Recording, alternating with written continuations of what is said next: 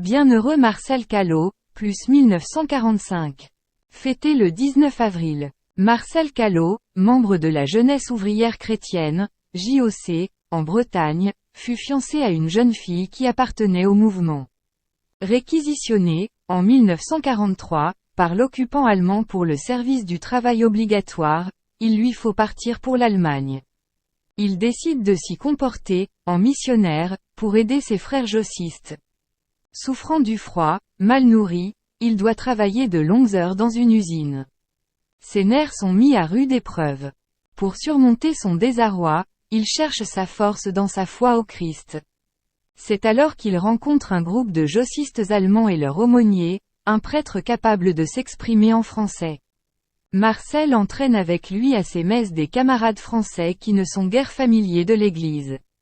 Un groupe chaleureux se forme ainsi autour de lui, ce qui attire aussitôt l'attention de la Gestapo qui n'aime guère cette « action catholique ».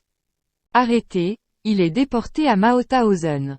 Soumis à la soif, la faim, battu, il doit travailler tout le jour dans une usine souterraine. Dans ce qui pourrait être le désespoir, sa foi ne cesse de grandir en espérance et en charité. Il la partage avec d'autres prisonniers. Bientôt, à bout de force, il est envoyé à l'infirmerie, à 2 pas du four crématoire.